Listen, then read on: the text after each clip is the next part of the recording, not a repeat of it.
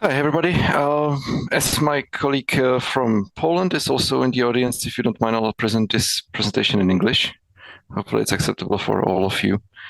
Let me share my screen. Okay, I cannot share my screen again. Sorry, please. Omlouvám se, režie. Můžete mi prosím zapnout to sdílení, zase mi nejde sdílet obrazovku. Thank you. Yeah, so now I can start share my screen. Sorry for this little interruption. So even though the introduction was more about technology, what I want to speak about is architecture most of the time. Partially it will also be about technology, but mostly architecture, because I believe it's even more interesting and probably more difficult to choose than the correct technology, let's say. Okay, about me, I don't know if we've already met last year in Žilina, because I had a presentation on a relatively different topic. This year I've decided to be a little bit less detailed, and I also had the last presentation, at least on this stage. I wanted to share something light, not that complicated, and hopefully it will also include some funny details, something which you probably have not seen in your life, and something which might seem as a really bad example of bad technology. Yeah, or a good example of bad technology, of course.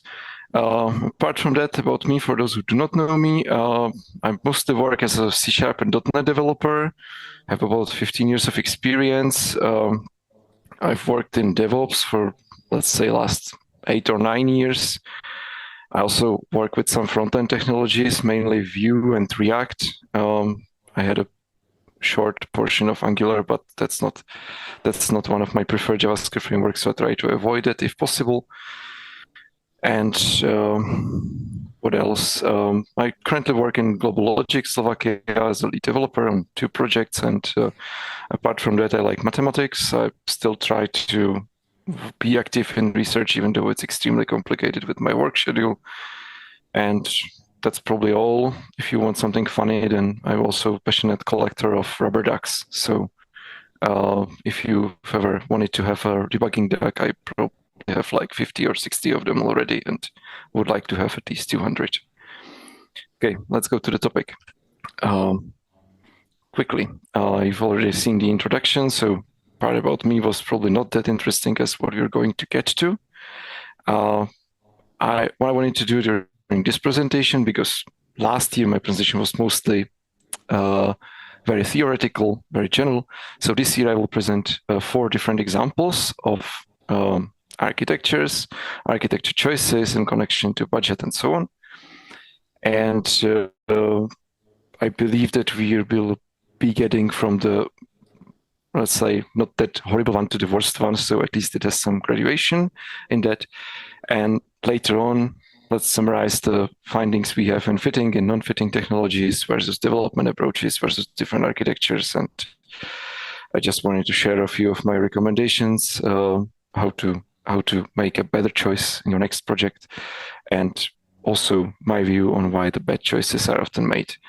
In the description of this speech, lecture, you've also seen that it would be justified with mathematics. Unfortunately, I did not have time to prepare my simulation in Mathematica, so I will just present something very simple and quick. And if you want to get more detail, feel free to contact me and we can schedule some technical session, probably in January or February. I'm very, very keen on doing that, but it just won't fit into this 40-minute timeline. Let's go to the first example. Oh, sorry. I just wanted to share maybe 2 thoughts I forgot. So maybe in general, yeah. Architecture, I've worked as an architect on many projects, and I've also met people who, from my point of view, were really good architects. And I've also met people who thought that after several years of experience, even working on the same project, they also should be architects, but probably did not have the experience to do that properly. This presentation is not only about presenting fuck-ups and showing you how things can get really bad and really costly, but it's more about my initial goal, aim, or whatever you want to call it, I believe that the most important part of this presentation is the notion that the architecture is not only about architecture, and technology is not only about that technology, because for different projects we have like 50 different fitting architectures, 50 different fitting technologies, maybe 100 different technologies which can be used. But we should really limit our technological decisions based on the budget and delivery timeline, and maybe other follow-up projects or just project planning. And that's what I've seen in what I haven't seen in so many projects. Usually the architects just tend to create the best architecture for a given use case, for the given project. And often this misleading choice or a wrong decision at the beginning leads to extremely costly redoings later. So the main thought of this one is, please think about project budgeting, please think about the delivery deadline, please think about the complexity of the solution you're doing, and make sure that the architecture you choose and the technology you choose fit also to these needs, and not only to what you want to do or how you would imagine your perfect architecture, let's say. Yeah? So my understanding to architecture has always been that as architects, or as people who create the architecture of the project, we actually serve the project and the delivery, and we try to make it simplest, cheapest possible, securest possible, of course, depending on the requirements. And last but not least, even though it's not written on this slide, we must make sure that the architecture is understandable to everybody working on the project. So because I've seen in the past projects where the architect just created something but never actually explained the architecture to all the other team members. So other people on the project were only able to work on very separate small tasks, and nobody else understood the whole architecture, and that's also bad from my point of view. Yeah. So this was a long and non-interesting introduction. Let's go to the examples. Maybe it cheers you up a little bit. I wanted to start with a startup MVP story. Of course, I cannot name any of the companies, any of the projects. That's hopefully very understandable. So I'll try always to describe the general setting of the project and timeline and so on, and then explain what went wrong and why. Yeah? So in this startup company, I actually worked for them like 6 years ago, if I remember it correctly. They wanted to create a application which would help market or any store to create the best pricing, which would actually create better gains for the store than the usual pricing methods based on some theoretically good statistics, and later also AI and machine learning was incorporated. Yeah. I actually wasn't ever convinced about the model. I'm not sure if it's really was better than usual. So that's why I'm not trying to be very detailed about it. But you know that each startup tries to say that their solution is the best one possible. So that's of course what was in the presentation resources for this project. So what the application is doing, actually, what it does is that it imports huge amounts of data regularly, meaning trillions or maybe even higher numbers of data, which would include the pricing for each item for the last years, months, whatsoever, and also the sales of these items. So for average, Metro, for example, if you go to Metro to shop for something, for each of the items you can find there, you will have the whole pricing for last 3 years, for example, and also sales of these articles connected to this data. And based on the information you're trying to create some model, you're trying to compute how the best pricing should work. These data were processed and stored in PostgreSQL, but if the project needed big data operations, of course, PostgreSQL in this case wasn't the best fitting solution. We were never able to make it work as fast as we needed. So we used Drill in this kind of project. And what else it does is that it counts statistics, and it should count statistics. And maybe interesting, but not that complicated, is that it's usually deployed in cloud. This time it was in Azure. but otherwise it would be in client infrastructure. And if I remember it correctly, there was no hybrid solution. So it was either client infrastructure or cloud, nothing in combination of these two. And of course, you have some basic web page for pricing managers API. So the rest is simple. So if we summarize this setup for the project, we're just trying to estimate pricing based on huge amount of data. We need to import them regularly. We need to count statistics and display the results in a web page. Yeah. So from this point of view, it doesn't hopefully sound that complicated. Let's go to the next part. And I just wanted to say that I was the architect of this project. I'm not that crazy, really. So the solution proposed was that this must follow a microservice architecture, which from my point of view is a bad idea because you only have like 4 or 5 microservices to cover all these functionalities. So having full microservice architecture means that you spend a lot of development time just creating the microservices, and that's probably not very reasonable. Also, it gives you additional costs in deployment and so, yeah. So taking a usual startup situation where you have budget for, let's say, a year, and you really need to have a minimal working product, MVP, in minimal product in like half a year maybe to just get some customers. Creating something extremely complicated would lead to losing all the benefits you could have from actually early deployment. You having paying customers, and you will start losing money. Yeah. Apart from these 4 microservices, there was a REST API, React web page, some scripts in R, some scripts in Python, some scripts in F#. And I don't know why, but the decision was made at the beginning of the project that even this MVP must be deployed in Kubernetes, yeah? Which I believe that if there are any DevOps engineers in the audience, you would probably agree that with 4 microservices, this is probably an overkill, especially if you do not need any special scaling and so on. Yeah. So this was the decision, and Drill probably also wasn't the best decision because it was very complicated to work with that due to no documentation and so on. So as I've outlined the original proposed solution for the architecture, I also wanted to share the results. The MVP of the first product took actually 2 years for the first deployment, and then some bug fixing period and so on. The initial budget was, of course, gone after the first year, as I mentioned.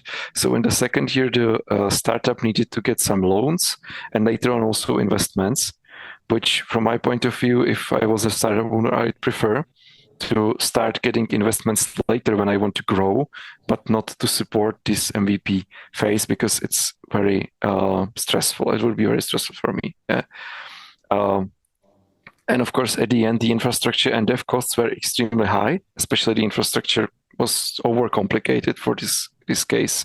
So this led to people in the startup not being paid regularly, which is something I believe that every startup owner wants to avoid, and every developer, of course, wants to receive money regularly as we would like to. I also wanted to share a short example of in a UML diagram from this, let's say, high-level UML diagram from this solution, and show what went wrong. So if you let me switch to this picture, I hope you can see it.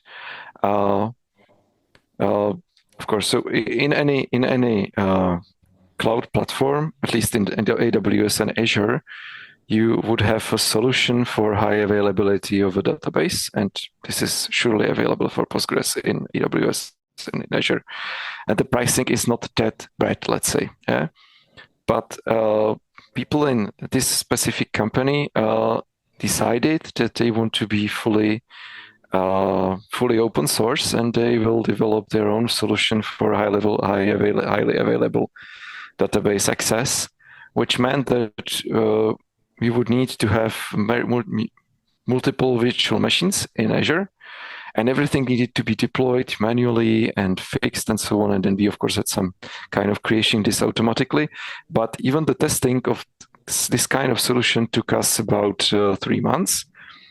And one of the bad decisions in this example is also storing the vault data in blob storage, which is just too slow for the fallback in case that any of the highly available copies or the read replicas is actually killed. So the cost of this one, this is unfortunately the production solution they're still using, because probably the cost was too high, so nobody wanted to get away with that and just having to claim to the project manager that it was just costly and useless.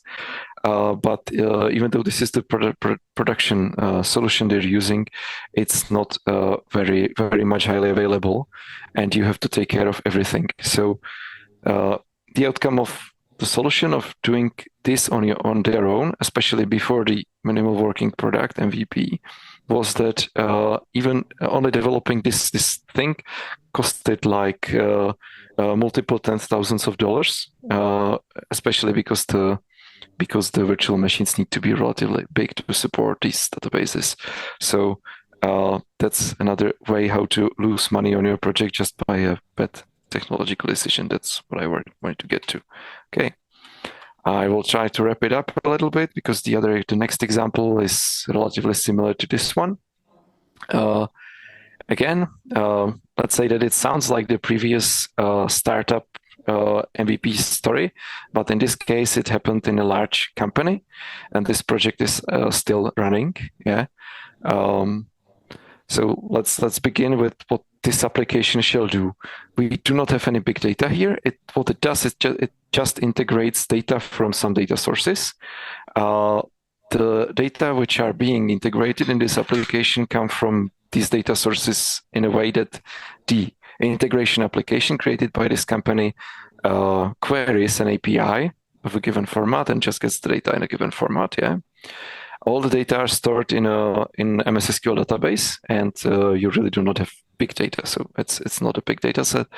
The data should be displayed in a table-like view, and you have some small detail view, but the data are not complicated. You don't have any complicated structure. You have no visualization, no graphs right now. Yeah, you can only send a picture and show a picture, otherwise, it only interacts with the data providers using REST API, which is a pre-configured structure. And in the future, there should be a visualization of some statistics, but it's not currently in place. Yeah? So if I were to implement this kind of application, I would try to stick to some web technology for the front end, because I think it's easier than having to create a WPF application or something native desktop. And I would just use probably some worker service and an API if it needs to run locally. Otherwise, probably a set of Lambda functions will be enough, yeah, or just some Azure functions. But this is not the case. In this particular project, the architect and again, I'm not an architect. I don't even work in this company, yeah? But I'm not the architect. And just this funny story was shared with me a couple of months ago. The solution architect proposed that they should create a WPF application. I don't know why, honestly, because I believe that now we have a much better and simpler solutions to have a desktop application running also on Linux, not only on Windows. And the company also decided that they should create their own WPF controls, because evidently the budget was big enough. So why buying something which was created by a professional, right? And REST API, Hangfire, other jobs, that's very simple stuff, yeah?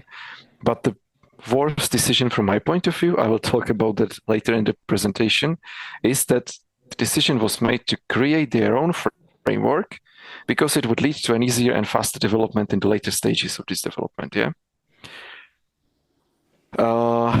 And I believe that I've seen this in like 2 or 3 companies already, not only startups, and it never led to a good outcome. So I can imagine that there might be situations where this fits, but especially not in this case, and not in any case I've seen. Yeah?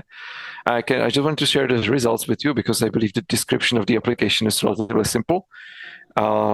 Just to give you a understanding for comparison, if I were to estimate such an application, I would probably say that it's like a year, maybe a year and a half, based on how the visualization of the statistics is complicated. Yeah. So the development of this application started in 2013. I believe that there are like 20 developers working in that company. So far, we know 2024, they were able to cover about the 30% of the expected functionality, and the rest of the time was completely spent on creating their own framework and changing it, fixing it, and so on. Yeah? So from my point of view, this is an example which shows that creating your own framework is not a good idea almost in any case. Yeah? So, and of course, this means that you have to pay 20 developers. This company is not located in Slovakia, it's in Western Europe. So let's say that monthly wage of the developer would be like 5,000 euros at least. You can probably easily count how much money is that, yeah, and you've just thrown it away because of a stupid decision at the beginning, sales and so on, because there is like only 30% of the expected functionality in the application. So probably not a good example of how to do things. Yeah, let's move on. Two next examples, and these are the last two examples I want to show because we only have like 40 minutes, is a bad approach, but I also have a diagram which explains it all, and I believe that this is the like the craziest moment of this presentation. So the project scope, you have a legacy application which is based on an MS SQL database, which is like 500 tables and about 4,000 or 5,000 stored procedures. But these stored procedures also create some tape tables and even these double hash temp tables. So you theoretically have little more than 500 tables usually running in the system. Yeah. And the application has a thick client written in Power Builder. Imagine Power Builder as a technology, because also for me it was a little bit old. I just needed to learn it just to understand this solution when I was part of the rewriting of what I'm now presenting as the first attempt to rewrite it, created by my colleague, which was fired evidently as a result of that project.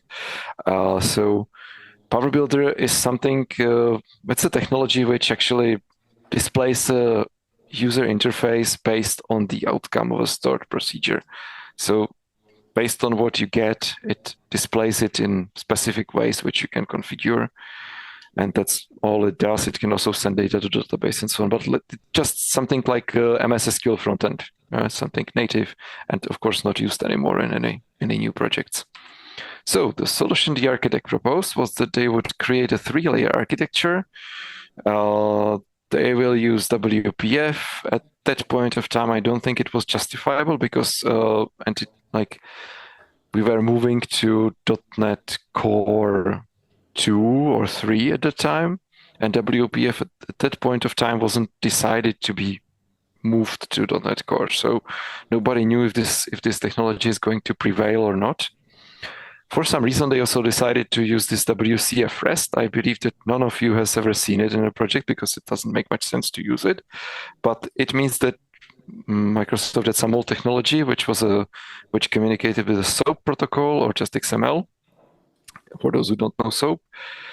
And you would create something like a singleton of this application, and then all the data returned from this application, I have a new layer which covers everything, and once the WCF service sends a XML file, it transfers it to REST. Yeah, so that's what it does, and therefore it doesn't make much sense why not using REST API or just WCF. Yeah, but I don't know why the decision was made. And again, as we've seen in the previous project, this company decided that it would be a good idea to create their own visual components because buying them from some professional is probably a bad idea. I don't know why. Yeah. My aim is to buy professional components whenever it's possible because I don't trust my abilities enough in almost any technology to just create it, because then I would have to be a very specialized front-end developer in one of them. Yeah. So. And I don't think that many people are able to actually write good components. And what is interesting, and what I want to share in the UML diagram, is that the most expensive part of this project was a special way of handling database selects. Yeah. And before I show you the UML, let me restate what it does. You have about 4,000 stored procedures, which are used to query the data, update them, and so on. And because of some of the original screens in the Power Builder application will be moved to one screen or just merged together in the new application, you will need to find a way how to combine data from different stored procedures. Yeah. I believe that, like, whatever, if you know what stored procedure is, you know that you can theoretically create a different stored procedure, or you can also like rewrite it. Why not, really? Or the other option would be to just call the stored procedures from .NET code and then combine the data manually. Yeah. But it did not happen in this case because, unfortunately, the original architect of this project was a person who only worked with databases and never worked with .NET. So the decision was that something like this, I believe you cannot read the details, but I hope that it's not that important. I just wanted to show you how crazy it was, because we know that writing an SQL select will do the same job as this horrible solution. Yeah, and if I enlarge this portion of the code, you can also see that, sorry, it's partially in English, partially in Czech. You can also see that in the middle of that all, you will not actually execute a stored procedure, but you will be executing a dynamic SQL query, which is compiled on the run, but it's still wrapped in a stored procedure. So using any statistics from this point of view is actually a loss of time. Yeah. And then you just take this dynamic SQL query and cross-apply some table returning function, which is defined here. Yeah. So you have one or two dynamic SQL queries combined with a cross-apply, which would also always be slow, and you return the data with a dynamic SQL query again. Yeah. Originally, even this database developer or SQL developer wanted this thing to store the data in a table before it's actually being retrieved, which means that instead of having standard select, you would store the data in a different table, which is costly, and then requery that table for the data. Yeah.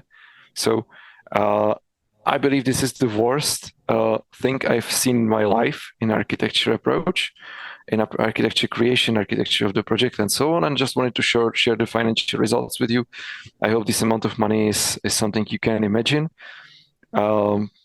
Maybe if there is some really like big corporate project manager, they can say that this is not that much money, but from my point of view, it was relatively costly. So the result of this first rewriting of the application was that writing just this database layer, the UML I've just shown you, took 2.5 years to 3 database developers, and the cost was about like 2.5 million euros. Then they spent another 2 years fixing any issues created because they wanted to generate it all automatically, and evidently it did not fit to all the cases they need to cover. Yeah, and then they started working on the WPF solution, which is a story on its own, but I don't have time for that. So let's just say that the way of creating the components was also probably the best technical approach I've seen. Yeah, and therefore this project burned about 7.5, maybe 8 million euros, if I remember it correctly. And then after this period, new architect was called. It was actually my role to say if we can save that or not, or rewrite it. And we just needed to do it from the beginning, because from the original code, we could just save like 5%. Yeah. And the beginning of this whole issue and this problem was that the corporate decided that it's not needed to hire an external architect if they have people who were working with Power Builder, but they did not have anybody working with WPF, WCF, any of these .NET technologies, and so on. So the decision to go in this way was just created by people who never saw the technology and so on. Yeah. So that's probably the worst fuck up I've seen. Yeah. And now I just wanted to quickly share one good approach for the same scenario, even a little bit smaller. So we had an app. This one project was with my cooperation, but the lead developer at this time was a friend of mine. I believe we did it like 10 years ago, and I've learned a lot from him. He's one of the best developers I know so far. So again, we have an MS SQL database, we have tables, we have stored procedures, and the client was created by some outdated technology, but I don't remember what it was. And the solution proposed was, let's make it simple. Let's make a 3-layer architecture. Let's use REST APIs. Let's use ASP.NET Core. So maybe it wasn't 10 years ago, I don't know, but it was ASP.NET Core. That's what I remember. And because it's a relatively easy interface, let's do Razor, because it's simple, quick, we can all develop it, and so on, and jQuery. So trivial. Stored procedures were either removed or rewritten or called from the ORM. And this was the only project where I've seen that somebody was rewriting from an old technology to a new one and was actually estimated well enough. So at the end, for this small project, I believe that the financial result was very positive and the project was delivered earlier than expected. Yeah. So also the client was satisfied, and we also get follow-up projects from them and so on. Yeah. So as we've seen 4 examples, and I need to wrap it up a little bit, I wanted to cover my thoughts on this, and I would like to hear your thought also. Feel free to contact me via email, LinkedIn, or whatever. We can have a call anytime if you're interested in this topic. Yeah. So from what we've seen, why was a bad choice made? Once it was because people only knew one architecture or one technology. I just wanted to use this, yeah. And it may not have been the best fitting technology or the best fitting architecture. Or the other option is that also the technology did not fit at all, or it created additional costs. And if you only know one technology and one architecture and want to rewrite it into completely different technology and architecture, that's always going to be costly, and you should really hire some senior developer to do it, yeah, or at least help you. The other thing is that people have the will to try something new, again, on their own without maybe enough experience. So this usually leads to some showstoppers relatively early in the development, but it can also happen that the showstopper appears only when you're deploying it. So that's not also a very pleasant situation, yeah. What I've seen in startups where I work was that the common sense of we're doing something cool and that's great, and we will just do something non-standard because we've seen an article of how people do it and that is better just, yeah.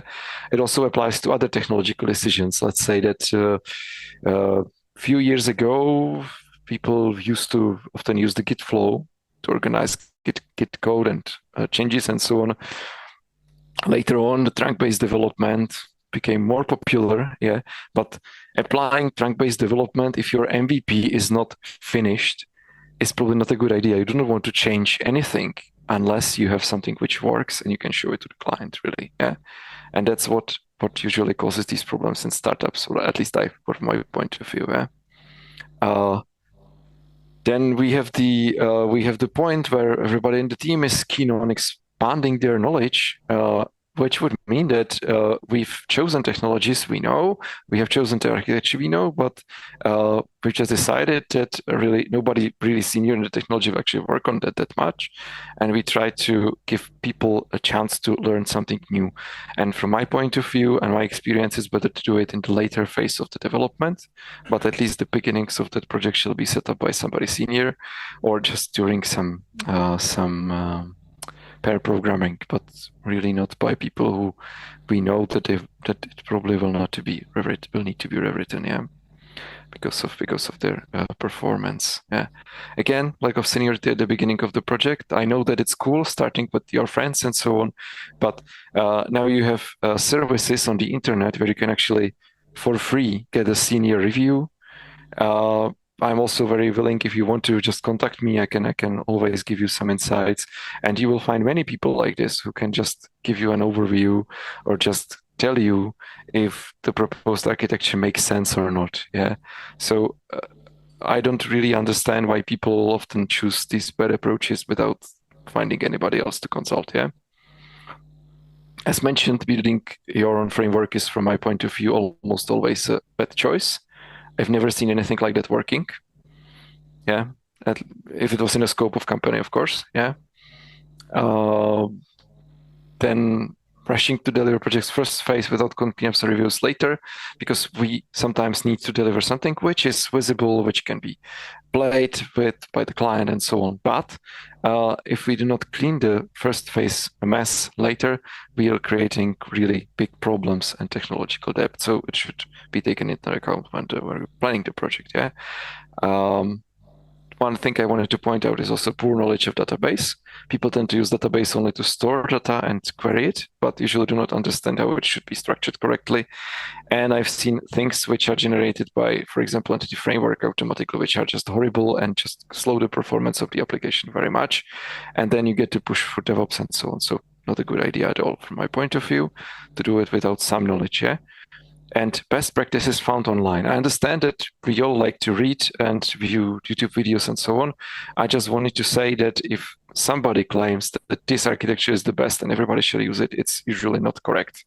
It cannot be correct because you need to fit the architecture to the project and to your needs, to your schedule and so on. So if somebody claims that best practice is doing this in this way, then it's usually not correct, unless it's the official documentation of the technology using. Then I believe you should stick to the best practices described there. Yeah. Okay, let's move to. I cannot move to the next slide. I can move focus. Yeah, sorry, I just lost focus probably. And short summary of my ideas on making the good choice. Again, let's count with the project scope and let's count with our resources. And from my point of view, the easiest option is to take the simplest possible architecture, which would be something like a monolith and single page application or single page with an API, whatever you know, whatever is the simplest thing you can imagine. Estimate all the development price in this technology, yeah, and in this architecture which you've chosen, yeah. And now you have the rest of budget which you can theoretically spend for architecture and deployment. So what I'm trying to say is that we should not start with the best architecture we can imagine, but we shall start with what we can deliver in the time. And then we can discuss how much of the architectural work can be done, yeah. And one last recommendation regarding this counting scope and so on is that we should really estimate the architecture tasks with huge buffer, because we can also get to the situation where somebody else than us is working on that. And it's usually a source of problems. So I don't think that estimating it without buffer makes sense, yeah. Other thing which is good from my point of view, I tend to do it on the projects where I am the lead developer, is that whenever an architectural choice is made, I try to explain and discuss it with each team member. Because I believe that if people do not understand, the architecture is either too complex or bad, let's say. Because I'm only working with people, and people only know some technologies, some architectures. So even if the architecture was the best in the world, but it was too complex for my team, it doesn't make sense to go in this way. Yeah. Again, technology choice. If your team only knows one, just use it. Don't learn new technology if you can achieve in the technology. Yeah. But if you know more technologies, or you know somebody who is senior enough, can join your project and knows more technologies, and you can learn from him, then probably choose the most fitting one if you can. Yeah. Again, having somebody senior at the beginning is a good idea, I believe. Yeah. And if you're pushed for early delivery, which is usually a startup problem, please use the simplest infrastructure possible. We've seen that somebody in the previous projects that I mentioned decided that it would be a great idea to have just 4 microservices and deploy everything in Kubernetes. And just setting that up, especially for somebody who's not experienced in this area, took 2 or 3 months, and it still did not work properly. So just choose something extremely simple which you can use to show the clients, and then put it into roadmap. That's okay. We can migrate to Kubernetes later if we want to, but do not do it in the first phase of the project. Yeah. Yeah, I will maybe skip the first one. It's not that important, but I would like to recommend studying different architectures and also studying different code examples and so on. If you're interested in technologies, talk to other people. Don't be afraid to ask. I believe that in the community, there are people who are very keen on helping, and you just have to step out of the line and try to get their help. Yeah. One of the big recommendations, which I will address in the next slide, which is the last one, I will now skip. And otherwise, I would also recommend to take at least DevOps engineer's opinion, even if you do not want to hire a DevOps engineer, because we developers often tend to think of infra badly, and having second thoughts is better, second ideas. Yeah. And that's all, is just repeating what I've just said. So to let me finish this presentation very quickly, my aim to justify the architecture is what I've mentioned. Just estimate everything as you have it. And if the architectural estimation or the additional DevOps work which you will need to do for the more complicated architecture is more than 10 or 15% of your development costs, then you should really rethink your decision and do it differently. That's my point of view. I would like to hear your thoughts if you will to discuss it later or via any any means which I've mentioned. Yeah. And that's really all from my side. Thank you for being here with me. I hope that it was interesting, at least a little bit. And if you want to contact me, please contact me at the email, LinkedIn, or wherever you want. And last thing from my side is that in the last CODECON Zvolená, I promised to write a book about using mathematics in development. And I did not have that much time this year, but the completion shall be finished, or should be finished in 2025. So if you're interested to keep in contact, also please leave me a note and I will update you on the situation regarding this one. So thank you very much for your attention. And if you have any questions, then I'm very open to answer anything and discuss whatever you want.